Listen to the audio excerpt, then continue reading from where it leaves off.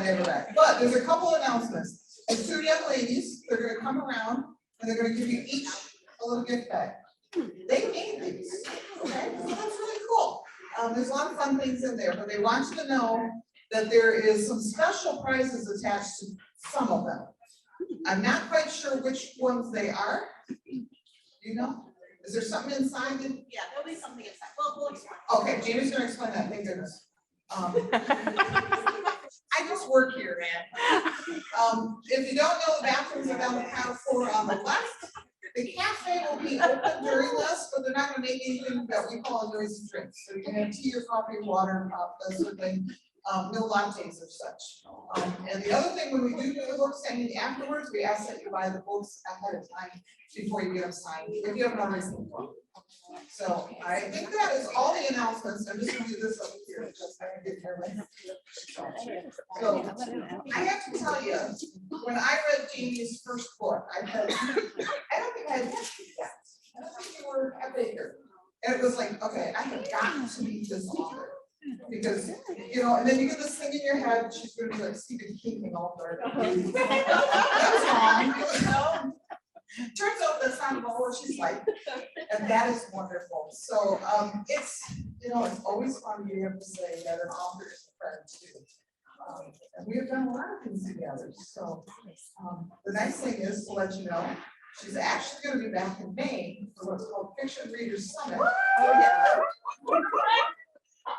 And so you can come and spend 3 days with Jaime and 12 other authors.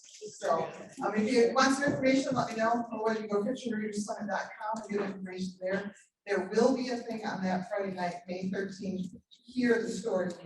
She'll be here for selfies and science. So but we're looking forward to that. But she's going to tell you all about this new creepy book she wrote. That, by the way, if you're going camping this summer in the dark woods, do not take this book. Or take it and enjoy. Right, and you'll never sleep again. So she's gonna tell us all about her work for that one, and she's gonna do it probably in October already, so I'm very excited about that. So thank you for joining us tonight. Oh,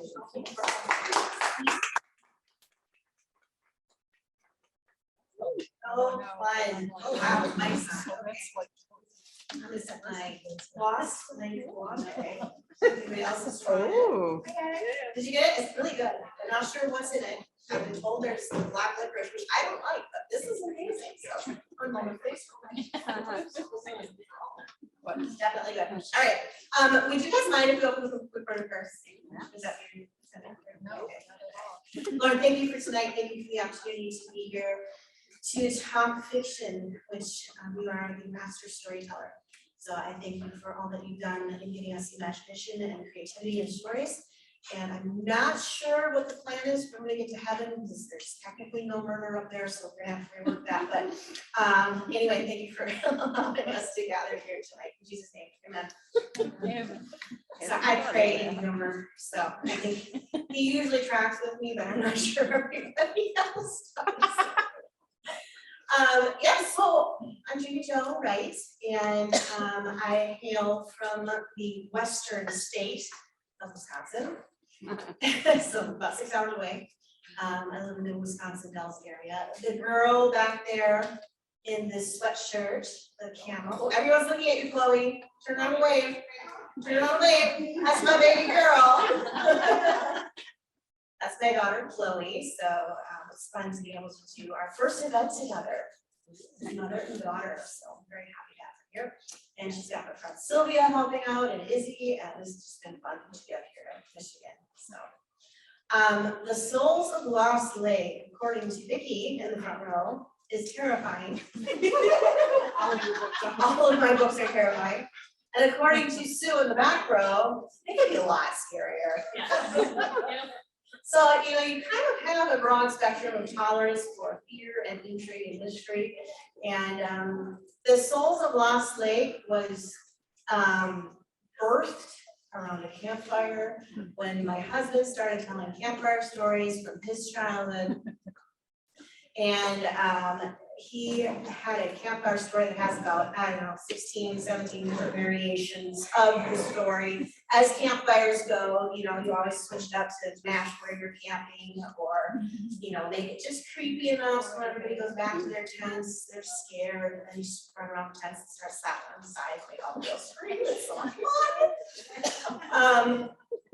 So that's cool, and that's where I started getting the idea for the story of Lost Lake, just based on a few little pieces from the original story, and from the concepts of a lost lake out in the wilderness that nobody could find anymore, where creepy things happen, right? I mean, this is what we all think about lost lakes, right? It's gotta be creepy, can't be romantic, not if it's lost. So, the Souls of Lost Lake. I started writing, let me think here, fall or winter of 2020, yes. So that would have been in the middle of that which shall not be named. And so, you know, trying to be creative in the middle of that which shall not be named is a little bit of a tricky situation. But it was fun to start dreaming up characters and thinking about how to have a lake that's lost and have people die and have more people die, and then I had to, you know, give more people life because that was too many people dying. And, you know, so you have to just kind of keep working it back and forth, like, okay, the ratio of dead to living should probably be E to E. So, you know, some people had to come back to life, and they did, you know. You can resurrect people fictionally a lot easier than in reality, let me just tell you that. But it was fun to write the story, and then I turned in the novel, and it was kind of like, I don't know if I like it. It was different. It was different from other stuff that I've written. And the character of Ava Coons, who is the main character from the past, who carries the whole story in the past part of the book, was difficult to write because she was also the villain. So she's the one who's been accused her entire life of the souls that are lost in Lost Lake, and she must have done the deed to take their lives. And so that's something that she's living with, and she's not even 100% sure if she is or isn't, because she doesn't really remember everything that happened. And so it was interesting to write her character too, because she's very backwoodsy. She's from the North Woods of Wisconsin. It's in 1930, and it's logging country. And then the logging country is attached to thousands of acres of national forest that just go on way up into Canada. And so she was very backwoods, which I haven't really written anybody who was kind of awkward as a heroine. So it was fun to write her character, and I was really getting in it when I wrote the first chapter. I had her perched on top of a whiskey barrel, which she's still perched on top of the whiskey barrel today. And I'm thinking, this is great, I'm gonna make her backwoodsy. And then your characters just start talking, and they don't have filters. And so the character Ned, who's in the first chapter, kind of comes up to her, and for some reason tells her she needs to brush her teeth. And she says something about, I don't have a toothbrush. And he says, doesn't Mr. Frisk, who you live with, widower Frisk, doesn't he have a toothbrush? She goes, well, yeah, we share it sometimes, but I'm not gonna share it every day. And it just, that was her personality, just started coming out, and I'm like, who are you? You're really weird. So that was kind of fun. And that was how Ava was born. And then I had to create her alter ego in the present day story, which her name was Arwen, shortened to Ren, but her father has a little bit of a fixation on Lord of the Rings. And they've named every room in their house after places in Lord of the Rings. The bathroom is Mordor, you'd like to know, and then there's other rooms around. But she is definitely different than Ava. Ava's very outspoken, very local, very, I'm just gonna say kind of what I'm thinking. Ren is definitely more reserved and a little bit lost, kind of like Lost Lake. She's just never really kind of felt like she fit in with her family or fit in at the Bible camp where they all work. And she gets drawn into this mystery around Lost Lake and the legend of Ava Coombs, who supposedly still roams the woods and takes people. And she starts getting sucked into the deep history behind that story. And that story is being told as a campfire story and suddenly becomes really real in the Souls of Lost Lake when a little girl winds up missing. And they have to start looking for her. And some people are kind of wondering if maybe there was some truth to the story of Ava Coombs, and she's pretty much like, no, that's superstition, and we go forward. So I won't say too much more for spoiler's sake, because who wants to spoil about me? I'm really good at it. I like accidentally spoil my books all the time. People are like, ask who the villain was. I'm like, you didn't read it yet? Oh, sorry. So I won't tell you who the villain is. I think I'll try not to. That would ruin everything, right? Okay. So we have Ava and Ren, and then we had to have their, heroic counterparts. And it was at this point in my life that I was starting to hang out a little too much with Pepper Basham. I don't know if anybody's ever read any of Pepper's books, but she and I are the complete dichotomy of writers. She's all sap and sugar and sweet and kissy. And I'm all like murder, kill, yes. And so we get along really well, oddly. I think we balance each other out. And anyway, I emailed her and I said, I feel like I need to work on my romance techniques. Like I'm not really good at it. And she says, well, how many people read your book for romance? I'm like, no, I know, but I like a little bit of romance. So I need to have some romance. And she's like, well, who's your character? And I said, well, my one character is Noah, he's a preacher.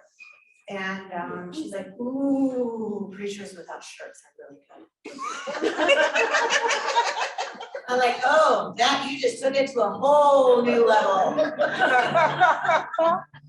we started joking around and just being kind of silly. And she said, just think, when you get to a point where you feel it's just starting to feel a little bit romantic, take it another step further. I'm like, oh boy, I can't do this. So anyway, Noah was born. Noah is the preacher who is Ava's heroic hero. That makes sense. And I'm afraid to tell you all that Noah is probably not as romantic as Pepper would want him to be. However, he is a man of the past and a man who's now the current local preacher who is helping Ava figure out what's actually happened. And they're kind of forced together in this circumstance. And while he's trying to solve her mystery of who she is, she's trying to solve the mystery of who he is. He may not be everything he says that he is. And then in current day, we have Eddie. And Eddie's just the good old boy. He's the good old camp-raised boy who's always raised in Bible camps where he's lived, where he's grown up. And he's just always there. There's really nothing that exciting about Eddie, which is why I think I fell in love with Eddie. He's very, very, almost just very normal. There's not a lot going on with Eddie. He's just the steady guy that's always there. And the guy that Ren figures will always be there. So you have a little bit of that old time friendship taken for granted. The friendship will just always be there and never change regardless of what happens in life. And then suddenly you realize, wait, if this happens, then you're no longer in my life anymore. And that would be not good. And so it's fun to see the budding friendship, well, the budding romance between Ren and Eddie as they're working through the issues they need to work with. But the hardest part of writing The Souls of Lost Lake was, it's a tiny bit of spoiler, just a tiny bit.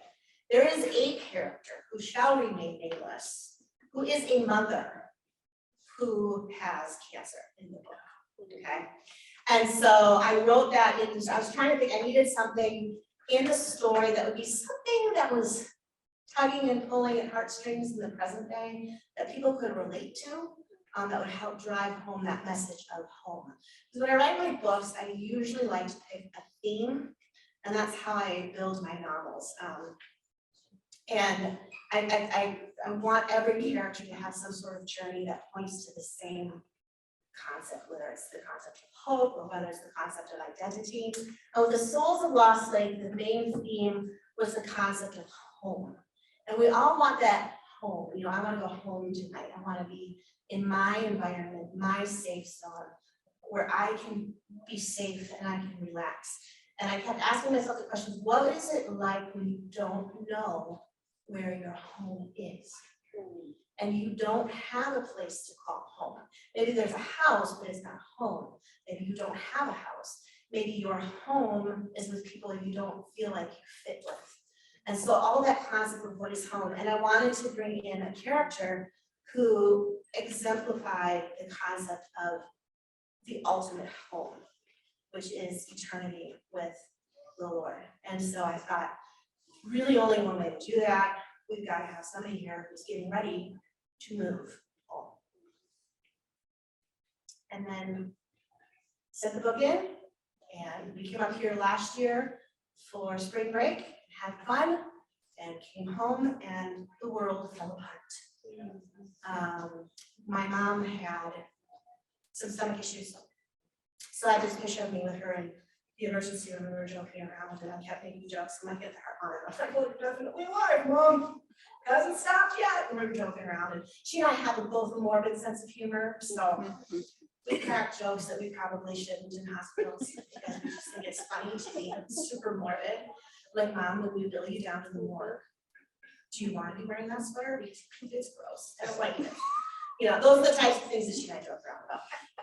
And it's, you know, probably nobody else relates to it except me and my mom. So anyway, her gallbladder was not working right, so they got her in for her scan for the gallbladder, and she came out of the hospital about 3 days later with a terminal stomach cancer diagnosis. And they said, this is very rare, this type of cancer, and you probably would be lucky to have 3 months. She had 1 week. So we had about a week to prepare. And in that week, as I'm sitting at their house, the hospice is getting pulled in, we're trying to get everything figured out, my edits drop for Souls of Lost Lake. I'm like, great, this is a good side diversion. I'm just gonna work on these for the next month while I'm here with Mom. And you know, I'm thinking, I'm like, oh shoot. I had to write that character in the book. Why did I have to write that character in the book? So I was talking to Mom, I'm like, Mom, I wrote a character in my book. I don't want to edit it. She's like, well, now you get to draw on real life experience. My mom had a great sense of humor. We had to tell my kids, and that was the worst part of everything. And we told them, and we said, Nanny is gonna move. She's gonna go home. She's gonna move home with Jesus. And the kids weren't obviously happy. And after we told the kids, my husband called my mom and said, they know what's going on now. They know that, you know, this is happening. And my mom said, bring them over. And he was like, no, we don't need to do that to you. And she said, no, I need to see my grandchildren. Bring them over. We got over, my mom was sitting in her chair, and she had the biggest, most chill smile on her face. And they had a big balloon fight. She was fine, you know, she was moving around. So like she was, you know, laid out. They had a balloon fight. And she talked and talked and talked. Lloyd, I don't know if you remember this, but she talked a lot about how she was excited to go home. Yeah, that's the only thing I got through it. Yeah, it's the only thing that got all of us through it. She was excited, and she never said that I'm leaving or we're losing. None of the negative words were associated with the concept of dying. In fact, dying wasn't even really a word that we used, not because we tried to avoid it, but because it wasn't part of the equation. You know, it was moving.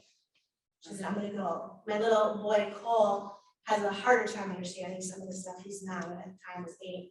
And he said, Mom, I don't really want Nanny to move to heaven.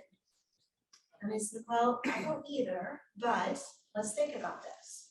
I said, back in the old days, people would go across the sea to, you know, form a new life in the United States, or they would go on the Oregon Trail, and you pretty much knew when they left, you were never gonna see them again. until you got to heaven. And I said, it's really not any different. We just aren't gonna have her phone number to text her. Well, that's true, he goes. And then he goes, and I'll tell you one thing, when I get up there, she's actually gonna be able to beat me in football. And I said, yeah, buddy, I said, you are absolutely right. So we got my mom settled at home, and I had the edits. I had about 4 weeks to do the edits, which is typical. You get your edits back and there's about 4 weeks to do what they call developmental edits, where you look at what the editor said is working in the story, isn't working, and let's fix this. There wasn't, honestly, with this book, which was surprising, there wasn't a ton of major edits. There were little things that I needed to fix. So I'm like, okay, this is nice, but it's not a complete story overhaul. Found out later that they had actually built in extra time because they assumed that I would need a deadline extension because of everything that was going on, which I didn't ask for, and never got because I didn't ask for it, but I'll get to the reason why. So I said, I'm gonna go be with my mom, I'm gonna write during the day, work on edits, hang out with mom. We got probably about 3 months, it's kind of what we're thinking in our minds, making some plans, there's some people she'd like to see, things like that. And my husband, I get home, and my husband's like, I'll be surprised if we make it through the weekend. Like, what are you talking about? He goes, she's ready. So there's no reason to fight. She has no desire to fight. She's at peace with where she's going. The grandkids are happy. Her husband, my dad, is happy. He's like, she's not fighting. There's no reason it's gonna take that long. It's like, okay. And the next day I was going to go spend the night with them for the first night. So my dad has some early onset dementia memory issues and was getting confused with medications. So I said, not a problem, let's stay the night. And I started getting all this pain, and I said to my husband, I said, I need to go to the doctor, something's not right. Well, I ended up having probably the worst, TMI, bladder infection I've ever had in my life. Which of course is Murphy's Law, right? You know, that's gonna happen when everything's stressful. So I said to my husband, I said, honey, I don't know what to do. I said, I'm worthless right now. So my mother-in-law came and stayed with me and the kids, and my husband said, I will go stay with your parents. I'll stay with your mom. Want an example for a hero? So he spent the night with my mom, and he held a container, and she had to throw up. And the next morning, I was feeling better. So we were at her house, and we hung out for the day. My mom was cracking jokes, we were laughing, and my mom took a shower, and she went into her bedroom, and that's where I was sitting out to Wright. And my husband said, I need to run to the school and pick up some things for the kids, and then I'll be back. And she said, I'll race you. She says, I'll race you home, you race me to school, we'll see who gets there first. And he goes, well, I know I'm gonna be back before you get home. And home meaning eternity. And they were laughing, she's joking around. And 15 minutes after he left, she was home. It was that fast. I was sitting in the chair, and I looked over and I said, something's not quite right. So when I got my sister-in-law and my dad, I said, I don't know, but something's not quite right. And went in, and she fell asleep. It was literally that beautiful. And she went home, and it was in that moment I'm like, that's home. And you're finally where you're supposed to be, and you're finally secure, and you finally have no more stress, no more pain. You know, it's all cliche, we hear it all the time, right? But to have that drilled into your mind about your own mom, and then the next day to pick up your manuscript and edit scenes of somebody preparing to go home, the word home becomes very different than what it used to be. And when hope is involved with home, it becomes very beautiful and pretty amazing. So I did the content edits on this book probably faster than I've done any before. I actually had it turned in a week early because it just made sense. At that point, everything was very, very clear. Everybody's journey, all the characters, you know, it was no more about the sexy preacher or the axe murdering woman in the woods or, you know, Lord of the Rings. Those were the side stories. But the story was how to get all of them to a place where they recognized home. And whatever home God has given us here on earth to imitate a small little part of what the ultimate home will be like. And I think he gives all of us that small imitation of what that's like, because that's what we all crave. As our inner craving is that home. And so that's what this whole philosophy is about. It's really about finding our home here, yes, but also having a picture of an eternal destination where you can talk about somebody going home and you smile, you know, and it's not hopeless. And I don't use the words like I lost my mom. I didn't lose her. I know who she is. She's not wandering around the woods, although she'd like to. She'd be up to some tricks out there. But you know, it's that's the knowing, and that's the beauty of story, and that's the beauty of fiction. To me, is I'm not somebody who can sit down and write a devotional, you know, or a, you know, a beautiful book that's in the nonfiction section, but I can write fiction about people who experience things, mostly because we've all experienced them. And my prayer as I write the stories is, Lord, what do you want to be told for the people who are going to read this story? I was not super excited with what he chose for this one, because so often when he asks you to write something, he also asks you to experience it, because it's a lot easier to write about what you experience, right? And I did not have a lot of experiences. So nobody dies in the next one. Nobody, everybody's, no, I'm just kidding. Everybody's alive. But you know, death is really a part of life. It is, and it goes in every single book that I write. And that's why, you know, I've even like I think I prayed tonight about it. I talked to the Lord about like, how does fiction work in heaven? Because you are like the master storyteller, but if you think about all our fiction novels, whatever genre, they usually surround the struggle of whatever it is. If it's romance, it's the struggle of relationship. If it's women's fiction, it's the struggle of life. If it's horror, it's the struggle of murder or death or being unsettled. You know, whatever the genre is centered around the fall of man and the struggle that we have to reunite with perfection, and reunite with what God intended life to be. And I don't know what he's got in store for us in heaven, but I'm pretty sure he's got it figured out. I'm not sure I'll be writing this type of book, so if you like it, read it now. Read it now, because it's probably not going to be heaven. But that's the beauty of fiction, is being able to talk about things that God can do in those difficult situations. And my mom, Foxglove Manor, Foxglove Manor had just come out, and she didn't get a chance to read it. And she, the same day that she passed away, she actually apologized to me. She said, I don't know if I'm gonna get that read. Really not your priority right now, trust me. Trust me. And so that's the story of Lost Lake. I don't want to say it's my mom's story. I think it's the story of us. It's the story of our journeys to find home and to find where we belong and to find that peace that even if at the end of the story we're still wandering, that there is still home.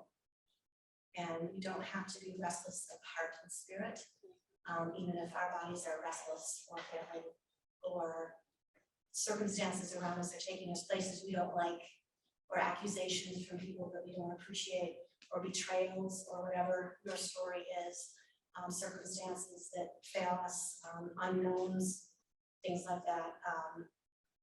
There's home, and home is resting. As my mom always said, because it was my son's favorite Bible verse, Psalms 4:8. I remember it now. My brain is full of budgies. But in peace I will lie down and sleep, for you, O Lord, are my safety. And that was the verse she was reciting. It's the verse my son recited, and it's the verse I recite. And that's oftentimes I put Psalm 4:8 next to my name in autographs, not all the time. I don't always remember, but that's kind of my life verse. Is that element of safety that we all long for is there. It's there. You know, we don't have to go out and go on some massive quest just waiting for us to look upwards and find that safety. And it does sound cliche, and it almost sounds too simple, but it really is. God didn't make it hard. You know, I think we're used to religions where you have to jump through a million hoops to get there. And God was like, I did that. So don't try it again. It's already done. Got you covered. So that's the story of the Souls of Lost Lake. And the next book that's coming out is in October. It is the Premonition. What's the title of my book, Chris? I don't remember. Premonition at Wither's Farm. Yes. It's my first Michigan-based book. So not Michigan in that one. And it's based off of a semi-real farm, which I'll rename nameless, but it's been fun to do some research around here and find hidden places and write about them. And that one was a fun one to write. And I'm writing the next one that comes out in April, which is called The Vanishing at Castle Moreau. We have a title now, so I've not seen a cover for that yet, so I'm excited for that. So. Yeah, I think that's it. Was that? Q&A. Do we have questions? Whoa, there goes the hand in the back. Oh, wait. Don't speak. Hold your breath, sir.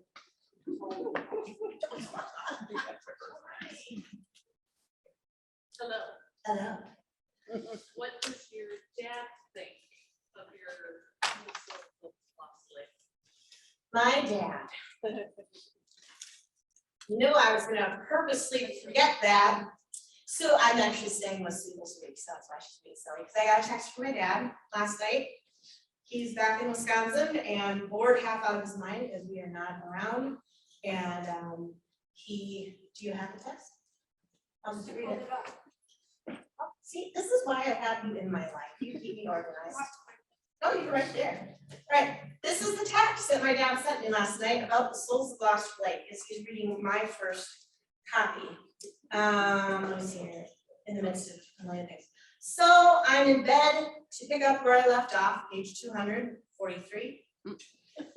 Grabbed from behind Ava, is threatened and roughly handled and thrown to the ground. I think I won't read any further. Too violent. Not good bedtime reading. I'll make up a happy ending and go to sleep. ...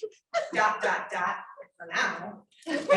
You, all capitals, my sweet and loving daughter, are the author? Exclamation point, exclamation point, question mark, question mark, question mark. Well, sweet dreams, and I do love you, my daughter, but I do wonder how you are going to redeem yourself at the end of this novel. That's what my dad is, that story.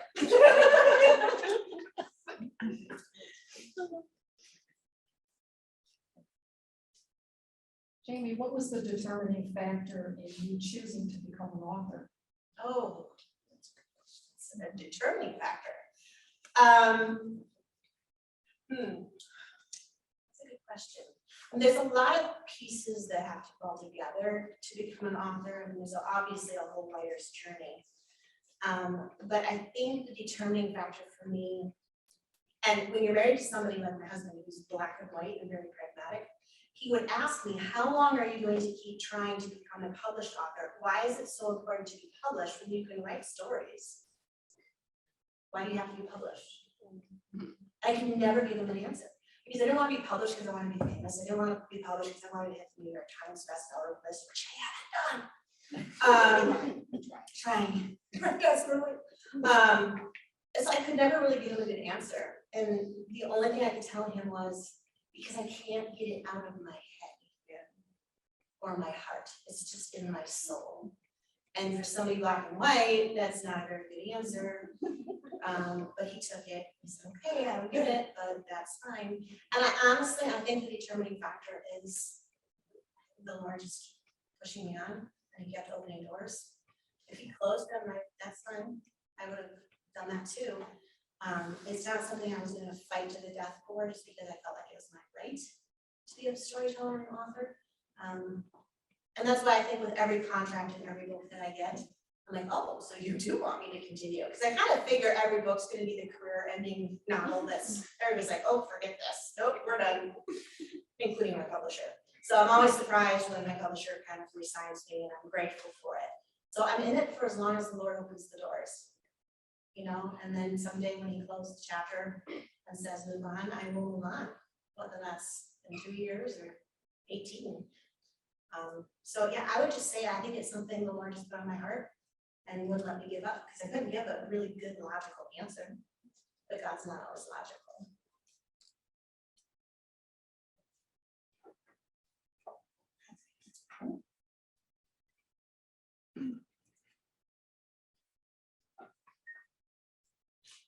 You mentioned that your next book is going to be in Michigan. Wasn't part of Foxglove Manor also in Michigan? You are correct. I always forget that the Upper Peninsula, Wisconsin likes to claim the Upper Peninsula. Not yours. I'm just gonna say, we're fighting for it, even though you won already.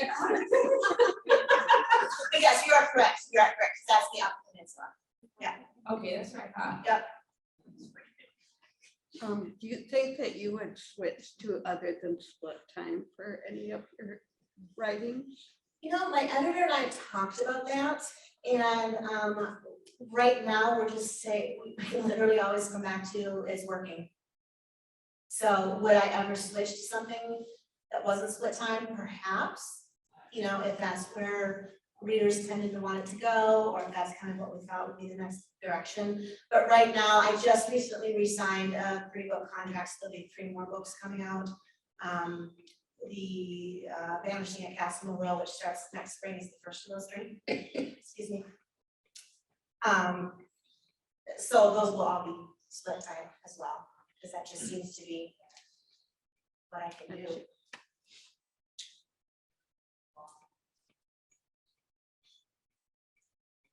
Do your stories come to you as in the 2 different times, or do you often usually have to figure out what?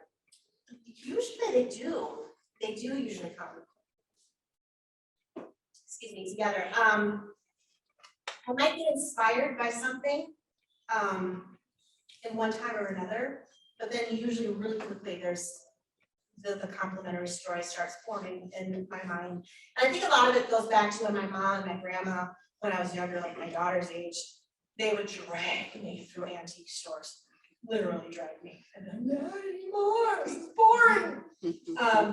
But I learned, because I had an imagination, ways to make antique stores entertaining. Because I would go down the shelves and I would pick up something and I'd be like, that story. I'd talk to the teacup and be like, tell me your story. You know, and like, who touched this? You know, who drank from this teacup? What were they doing the day they drank from it? Did they leave the farmhouse and get in a wagon accident? You know, my brain would go into all these different areas. But it's kind of how it is with stories. You know, you think of something here and you're like, how did that affect the future? Or you think of something in the past, and, you know, or in the current day, how did that get there? You know, there's so much from the past influences the now. We don't really think about that so much. But, you know, I was telling my mom a couple of years ago when we were talking about this, I said, why do we put chocolate chips in the freezer? Does anybody else do that? Yes. Okay, why? Do you know why? I know why I do it. The chocolate chips that were not in the freezer and there were maggots in them. Oh! They put it in the freezer. We are not. Put your chocolate chips in. They're now. Everybody just go. Just go. Save the chocolate. You are not allowed to speak to us. Don't let her crumb these anymore. Do not let her crumb. No, so I asked my mom, I'm like, why do we put them in the freezer? She goes, well, I like chocolate that's frozen. I'm like, I know, but that's not why we put them in the freezer. She's like, I don't know, I put them in the freezer because my mom put them in the freezer. Yeah. Like, well, why did your mom put them in the freezer? She's like, I don't know. So we asked my grandma, why do you put your chocolate chips in the freezer? She says, because we always put them in the icebox. I said, wait, what? She said, we always put them in the icebox.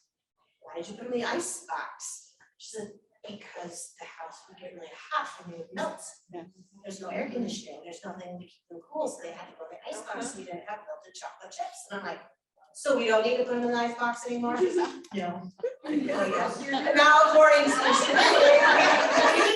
So strike that, put it in the freezer, and that's just it. But yeah, you know, that's just evidence of how things in your life happen. You don't realize how influenced they are by the past. They're just things you do because mom did, who did because grandma did, who did because great grandma did. And sometimes it's completely needless, though not in this case, if you want to spare yourself maggots. You know, yeah, next one, right? Dedicated to the latest, right?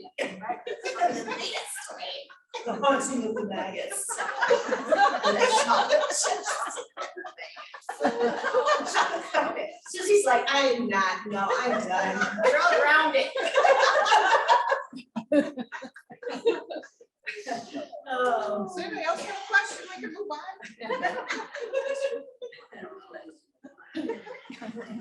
So this one's actually for my daughter, she will check. How do you mingle this horror / psychological thriller and Christianity and not cringe? Not cringe? Not get cringy. Not get cringy, or not me not cringe, or the story not get Just like, cringy? it just bugs you. Just bugs me. Well, there's a couple things to that. One, I do believe there is a supernatural world. That being said, I'm not saying ghosts are real, I'm not saying that when you pass away, something lingers around and haunts places. But I do believe that there's a supernatural world. I think the spiritual world is very real. And I think cringy is a really good word to describe what it could be. And I also think it could be very horrific, personally. And it's not something that I really want to explore, personally. However, I also know that the Lord, his power far exceeds the cringy parts that are out there. And so on a personal level, I'm not afraid because I know his power is real.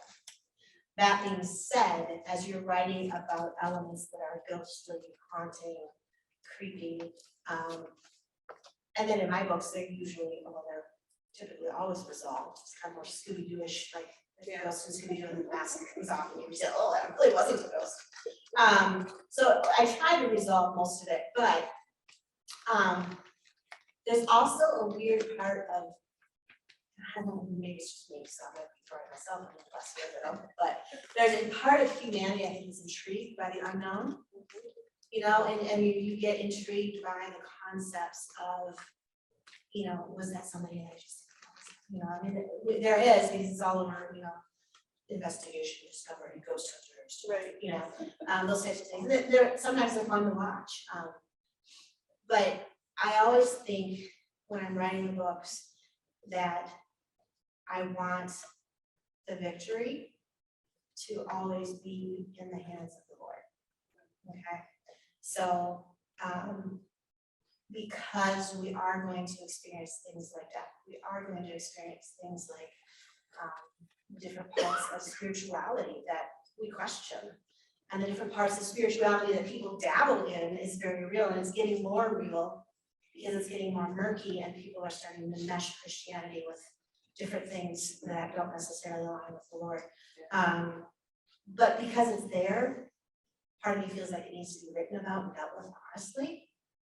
Like it is part, you know, the premonition that Withers Farm is gonna have a character whose mother is a spiritualist. It's back in the days where seances were really big and things like that. And it was very interesting to do the research on that and to also do the research on how so much of it was faked.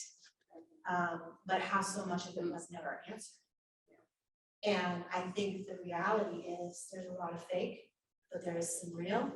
And we need to not shy away from that fact, but be aware of the real and be aware of who's conquered the real. And that's what needs to come out in books. And so I don't shy away from the cringe because I think, especially with the younger generations coming up, we're getting more fascinated with it. It's in everything and it needs to be known. And people need to be able to learn how to address that in normal everyday life. Because what used to be very superstitious and supernatural is just becoming part of everyday life. I've had many conversations with people I used to work with who firmly believe there's ghosts, that they've seen ghosts, they talk with ghosts, they walk with ghosts. And they're very firm believers in mediums and different things like that. And yeah, it's cringy, but it's real. It's out there. And so I kind of like to try and write from the perspective of how can we work with that, not work with it, but exist alongside of it and bring out the truth in spite of, if that makes sense. Does that answer the question?